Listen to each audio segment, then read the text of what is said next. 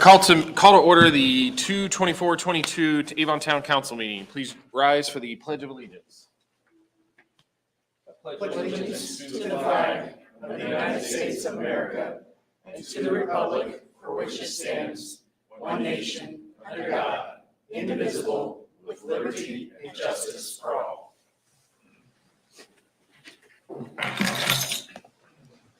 Roll call, please, Julie. Steve Eisenbarth. Present. Robert Pope. Present. Aaron Tivaba. Present. Don Loudon. Present. Greg Zuzan. Thank you, Julie. Jared for the Nova Award presentation.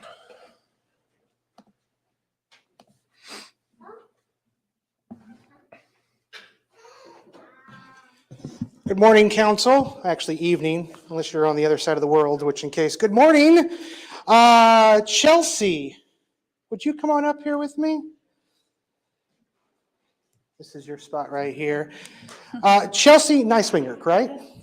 So in February, or this February, 2022, the Avon Nova Award winner is this wonderful person right here. Her name is Chelsea Neiswinger. Chelsea and her husband Brad have lived in Avon since 2017 with their 7-year-old son, Owen. Where's Owen? There's Owen right there. Hi, Owen. And their 4-year-old son, Emmett. He's in our press box for today. Hi, Emmett. She currently owns and operates her online media company from home, which basically means that she's not only an Avon resident, but she's an Avon small business owner as well. When I was chatting with her husband, Brad, he mentioned that Chelsea enjoys taking their kids to the parks all around town. And at some point in the future, when it gets warmer, because it's very cold outside right now, if you see them walking around, say hi, because that's always a nice thing to do, right? Say hi to Chelsea and her family. The Avon Nova Award is focused on the small, everyday good things that the community is doing. And Brad shared with me that he wants to nominate his wife, this individual right here, Chelsea, for her work in getting baby travel systems to refugees from Afghanistan that were staying down at Camp Atterbury. Remember that just not too long ago? Well, using her social media platforms, and she put out a call to gather monetary donations as well as made some contributions of her own. She raised over $7,800, $7,800, which resulted in the purchase of 50 systems to send down to Camp Atterbury. Her work meant that every expectant and new mother at the refugee camp had a car seat and a stroller to use and keep once they obtained residency here in the United States. He said, I knew when I saw that the town was looking for good news stories that this fit the bill to a T, and we agree.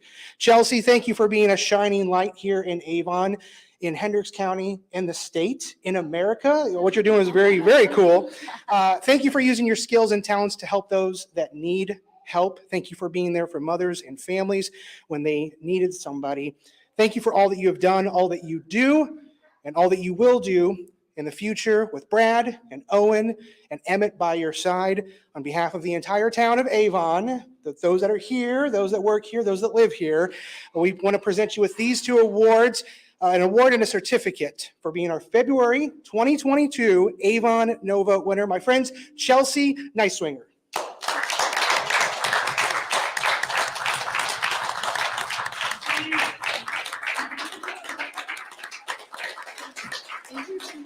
So we always give the opportunity, if you would like to say a few words, you have that opportunity to do so.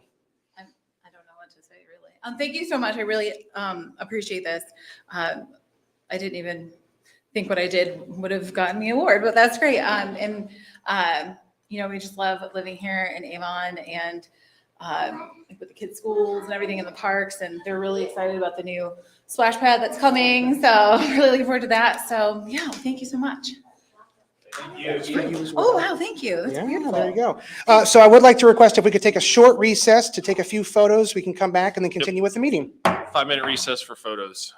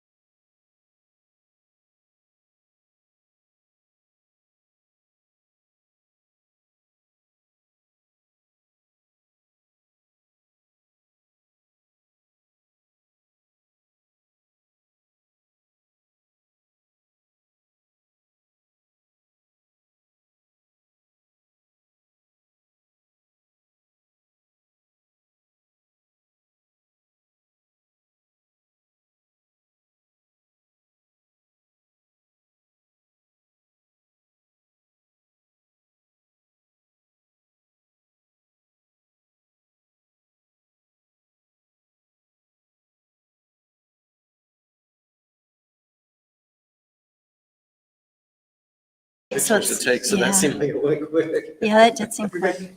Call the meeting back to order. Next item on the agenda is the consent agenda. Any discussion? I'll make a motion. I mean, it looks good unless anyone has any comments. That we accept the consent agenda as presented.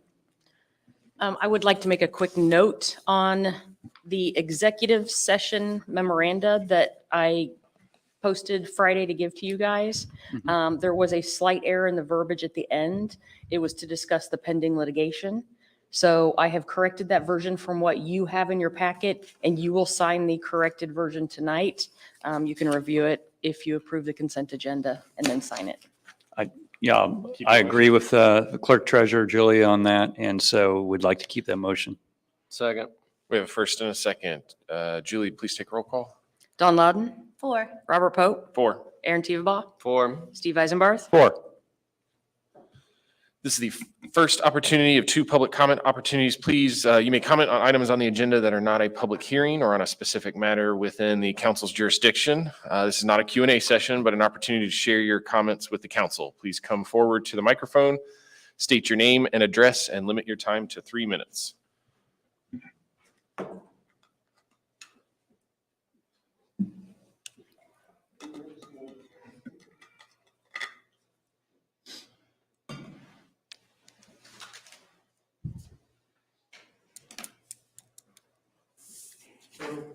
My name's Jeremy Marsh. I live at 7757 Rock Creek. First of all, good evening. I'm a longtime resident of Avon, 42 years in fact, since 1979.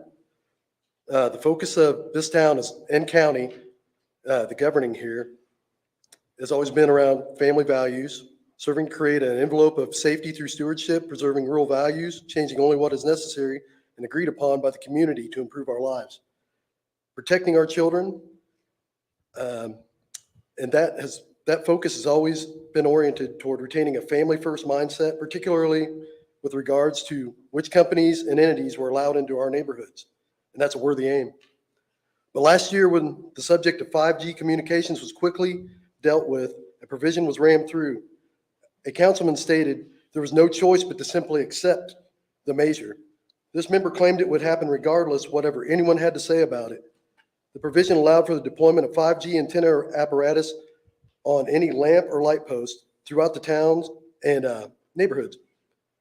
Any number of telecom wished to have installed with free reign to raise towers with no limit on height, with zero regard to how this technology affects flora, fauna, or human life. There was mention of the eyesore that that the coming antenna and towers might evoke and cause a drop in property value.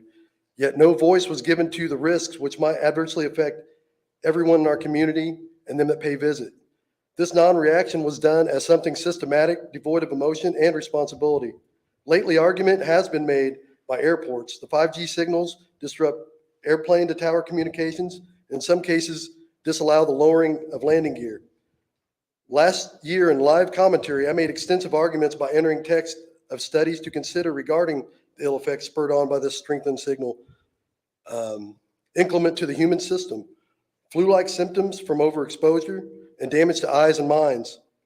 The frequency is a carcinogen and pollutant. Over 20,000 scientists agree that we are upon the precipice of disaster should this variety of hell be unleashed and unrestricted. Great effort has been undertaken suppressing the negative findings, alike with many SARS-CoV-19 studies. Waves these products emit directly interfere with functions of the human and animal brains, in particular, developing brains. I should go deeper, but my time is short. This particular wave penetrates and heats fatty layers beneath the skin. The 5G signal can cause infertility, and it does kill our pollinators. What is to become of the vegetables and flowers should the bee populations die off? This signal can be cranked up at will. Health risk is foremost to consider, but there's also concern of undue oversurveillance. Cellular devices, communicating home appliances, and Wi-Fi ready LED. May I please have some more time? Please wrap up your comments. These products are already in use and around our homes. Okay. I demand a very loud and public announcement of what has been done, detailing the provision before and after the changes this town council made were passed by vote. Don't dare say we don't have any choice. Our communities have fought, other communities have fought this, not simply rolled over onto their backs. I demand an immediate strike down of last year's provision change, apologies for not doing their due diligence as our safeguard and by way of principle and research. But I think it better. Look into the eyes of every person whom you did not stand up for and beg forgiveness. Townspeople shall have due recourse and a chance to reconsider who they've employed, placed in control of our money, health, and livelihood. This council sought to sweep their misdeeds beneath the proverbial rug, hoping those would lay buried forever, perhaps, or just long enough. Look now and listen. I am but a single concerned resident, one whom cares for my fellow human being, wild animals, and pets alike, even our bugs. Our community has my respect, for they are all in mind, though I find it very alarming that no residents have spoken out.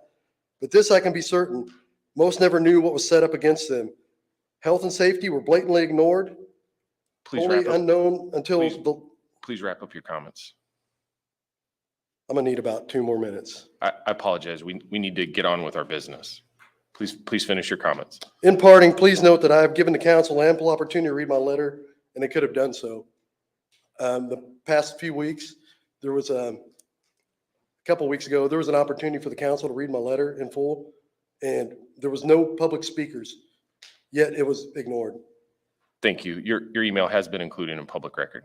Thank you. My email? Okay. Yes. Thank you. Thank you. Any further public comment, please come forward.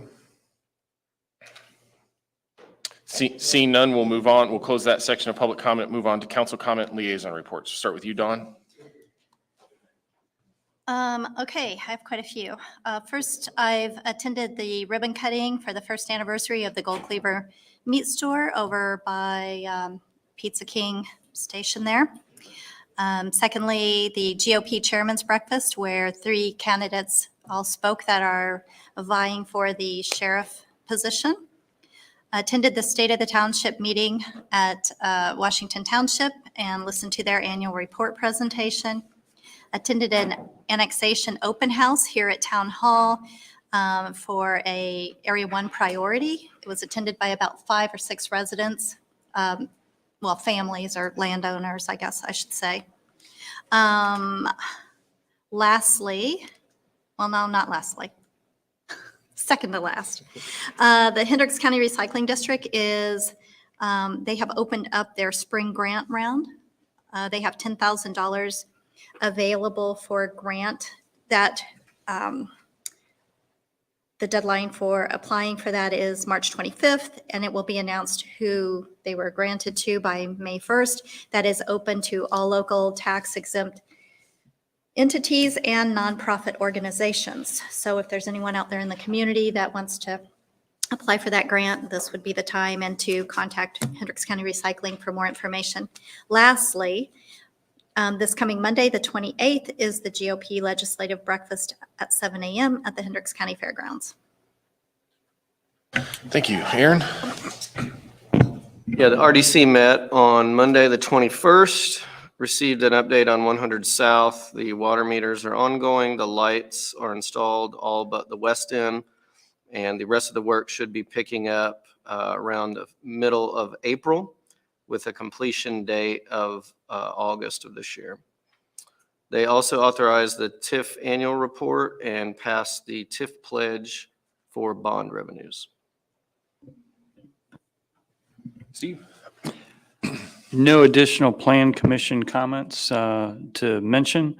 I think it's probably appropriate to say thank you for residents being patient with potholes as the freeze thaw has occurred. I'm driving the city of Indianapolis, and I'll tell you, they cannot keep up. So please be patient with the town of Avon. Also, what residents can do is snowfall coming up, or ice in this case, is put snow stakes, or those little reflectors on the outside of your curb, because the last meeting I said kudos to our snow removal, and that was true. But also, if you kind of now see the snow going away, you'll see little bits of grass once in a while when the poor driver didn't know where to go. So residents can and are encouraged to use these snow stakes they can pick up at Lowe's, Menards, any of our local hardware places, and they really do help, particularly on curves in subdivisions. It's hard for the drivers to see that, so just something to think in mind there. And then thank you for Chelsea today on her service. That's all I have. Attended the open house, the township as well. Dawn spoke to those. Wanted to add that this past Saturday we had the Greater Avon Job Fair. Attended that. I felt like it was a great first attempt. Kudos to Jared. I don't think it was as well as attended, I think, as many of us would have hoped, but there have already been some ideas to change and build, improve it for the future. That's it. Next item, new business, award signal quote for County Road 100 North and Ronald Reagan Parkway. Is that you or Steve, Ryan? Steve? The repair cable quote for 100 North and Ronald Reagan? Yeah, so, Put you on the spot. yeah, no worries, no worries. So, yeah, we had some sensors go out at 100 North and Ronald Reagan, the ones that detect the vehicles as they approach the signal. We have enough in there. They're individual detectors. They're not like the big loops that we have in some places. And so we were able to wire around and program around the ones that were there. So it is operational at this time, but there are enough of them that are out that we need to replace them. And so we have a quote to get that back. So we are at full operation. Any questions for Steve? Steve, these are the things that we affectionately call hockey pucks, right? We call them pucks, but yeah, not hockey pucks. Yeah. So there's two different kind of pucks, and there are some vertical ones and horizontal ones. These are the vertical ones. We also call them cans. Instead of having the big loops that are sawed into the pavement, they're little canisters that have a sensor in them, and they're Bluetooth. And is our battery life, the vendor says 10 years plus. I know. I kind of hedge on that one too. There is a life. I don't know what it is. It Yeah. varies, but it's generally at least 5 years. Okay. Yeah. Because of the cold temperatures, we don't get what the manufacturer. I think those manufacturers must be from Florida or something. Well, God's country, right? No. Oh, no. No, this is normal that these do come out. And the advantage of these is that they can be reused too. And once for milling and anything that goes about. So if you want to speak to that, I don't know if you. But again, it's one of those things where there are different types of the same thing. These are type that are more expensive generally. They last longer, and they are more accurate. No questions. Got a question for you. So you say that the detectors are bad at that intersection. Some of them, yes. Does that present any kind of public safety issue, or do these default into some? Because there's so many of them, as long as they don't all go out at once, we're good. So they actually say we programmed around them. So like if we have 8 of them in a row and 3 of them are bad, you still get good coverage. You get as good coverage as you do with the big loops. We don't have any problem that might cause the signal to unsafely allow both traffics. Oh, no, that would never happen. No, so that there's a conflict monitor that keeps that from happening. It's impossible for 2 directions of traffic that are opposing that would come into conflict at the same time. If that would ever try to happen, you'd go to a flash, either red or red and yellow. All right. Thanks, Steve. One last thing. On the repeater, is it a new generation repeater? I'm not aware of the changes. The repeater that's included in here, is that because of the better communication, or is there a reason why we had to replace the repeater? It's just because they age out as well, and so we might as well, while we're doing this, just get one that's Okay. newer, that we don't have to worry about it going bad too. I was just curious if they're getting better. I didn't know if they are. Maybe, Detecting the rear. they'll tell you yes. I know they fall down, Yeah, but well. that's about it. Okay, thank you. Other questions? I move we award signal quote for County Road 100 North and Ronald Reagan Parkway as presented. I'll second. We have a first and second. Any further discussion? Not Julie, take a roll call, please. Aaron Teveba, 4. Steve Eisenbarth, 4. Robert Pope, 4. Don Loudon. 4. Next item on the agenda is the CSX preliminary engineering agreement for White Lick Creek Stream Bank Stabilization Project. That was a mouthful. It is a mouthful, yes. Thank you. This may seem a little unusual, but those of you who have been around for any projects that we ever do that interact with the railroad, they basically won't look at anything, they won't do anything unless you agree to pay for their costs of whatever it is. So basically, that's what this agreement is. In order for them to look at the plans and to tell us whether it'll impact their bridge or not, which we need them to do and to sign off on and say, what you're doing won't cause any damage to our bridge. We have to pay them their costs basically to have an engineer review it. And so this is the same exact agreement we did when we did the Avon Avenue Bridge. It was the same thing. It was a much more dangerous and ugly number than this one. So this is pretty moderate in terms of what it is. The way it works is we escrow the money. So we make a payment to them and then they charge against it and they send us a monthly report. And then if there's any money left at the end, they send it back to us. So Have we ever gotten money back? we did actually get money back on Avon Avenue Bridge. Okay. Surprisingly. So I would ask if when you guys do this, that you also authorize Julie to make payment, because even once we approve the agreement, until they get the check, they won't actually start the review. And as quickly as we can get going on doing our review, the better. Do they give us any hint of what they're doing for their engineering services in here? We don't see it here, but I just curious. Nope. Yeah, they really, I think there's at the very end, I think the last page, well, I guess it's. No, that's just a spreadsheet. It's pretty vague. Yeah, it doesn't really, no, they don't, it's just reviewing the plans. That's all it is. And the set of plans is only like 8 pages. So. Okay. I have a question. This is an estimated cost, so does it ever go over? It could, yes. And so, yeah, I believe, I didn't re-review the agreement because I dealt with it last time, but I think it says, there's a provision in there that says we're responsible for the actual costs, and that's just an estimated cost. So yeah, if it ends up costing more, if they have submissions and it goes back and forth between the Army Corps and them, it could end up costing us more, yes. So how do we make a motion on that? If we're not using the value of the 15,785? Just make a motion to approve the agreement. And the clerk treasurer to make payment? Yep. Someone want it? We didn't know the amount. Okay, then I'll go ahead and make a motion that we authorize payment for the CSX preliminary engineering agreement, and for the clerk treasurer to make payment on whatever the final cost of that is. Second. We have a first and second. Any further discussion? Not, Julie, take roll call, please. Don Loudon, For Steve Eisenbarth, 4. Aaron Teveba, Form. Robert Pope. 4. Next item on the agenda, introduction ordinance 2022-07, amending the heavy truck regulations. Ryan, you taking this one? Steve again. Oh, Dan. Yes, this ordinance changes the amount of fines under your heavy truck ordinance.